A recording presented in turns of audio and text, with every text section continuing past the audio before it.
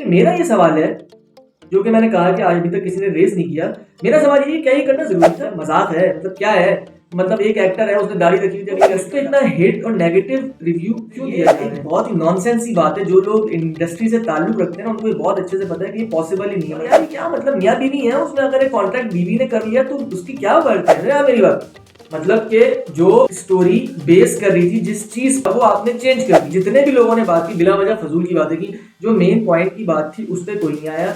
जो मैं अभी पॉइंट रेस। अस्सलाम दोस्तों, welcome to my YouTube channel Salman Jafri official. दोस्तों, आज मैं बात करने वाला हूं उस ड्रामे के बारे में जिस ड्रामे के बारे में हर ब्लॉगर, हर सोशल मीडिया पे बंदा, जो भी जिसका ताल्लुक है नहीं है, वो सब इस ड्रामे को लेके अपने अपने रिव्यूज दे रहे हैं। तो मैं देख रहा था, रुका हुआ था कि देखते हैं कि लोग क्या बातें कर रहे हैं। तो मैंने जो जायजा लिया, उसके बाद जो पता चला वो यही बात सामने है कि जितने भी लोगों ने बात की, बिला वजह फजूल की बातें की।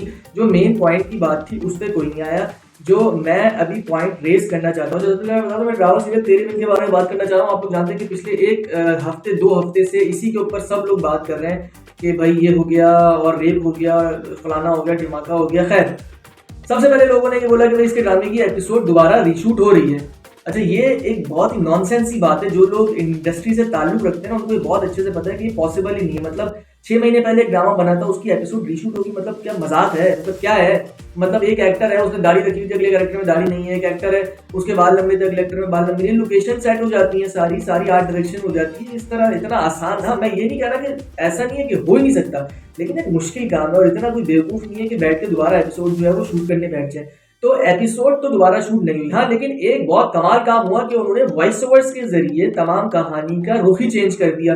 अब इसका क्रेडिट मैं देना चाहता हूँ जरूर, कोई जीनियस माइंड बैठा है, वो कंटेंट टीम है, प्रोडक्शन टीम है, एडिटर का आइडिया, एडिटर ने बहुत अच्छा काम किया है। उसको फील नहीं होने दिया कि ये एक्चुअली ये जो मोन्टाजेस शूट हुए हैं ये इस वॉइस ओवर्स के लिए शूट नहीं हुए। तो उसने बहुत अच्छे से सारी चीजें मैनेज करके एडिट पॉइंट ऑफ व्यू से एक अच्छा सा एपिसोड बना के निकाल दिया।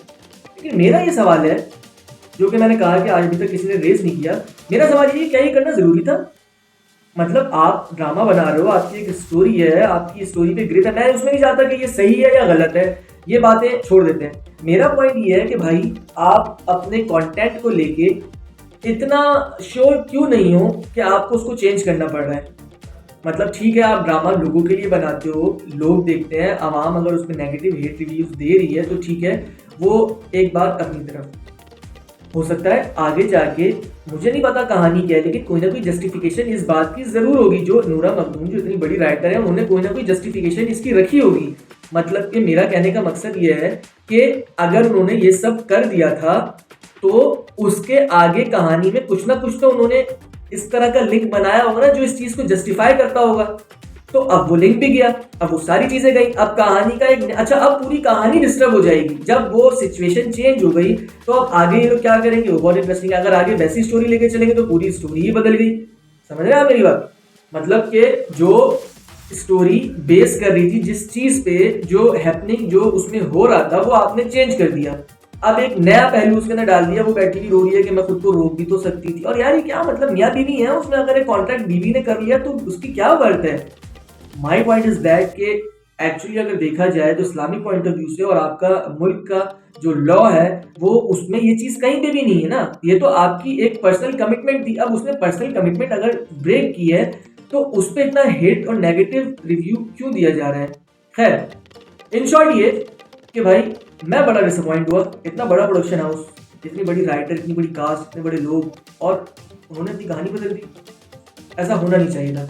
And I am hope so कि आगे जाके अब वो चीज़ें मैच भी कर जाए, क्योंकि उन्होंने शूट पहले से किया हुआ है, उसी तरह से शूट किया हुआ है, उसी चीज़ को सोच के शूट किया हुआ है कि ऐसा ये सिचुएशन आएगी, ये सिचुएशन होगी, और उसके बाद आगे सिचुएशन उसी सिचुएशन से रिलेटेड होगी। अब उन्होंने सिचुएशन चेंज कर दी। अब मेरा बड़ा इंटरेस्ट क्रिएट हो गया। मैं देखना चाह रहा हूँ कि अब उसको किस तरह से ये लोग बैलेंस करेंगे।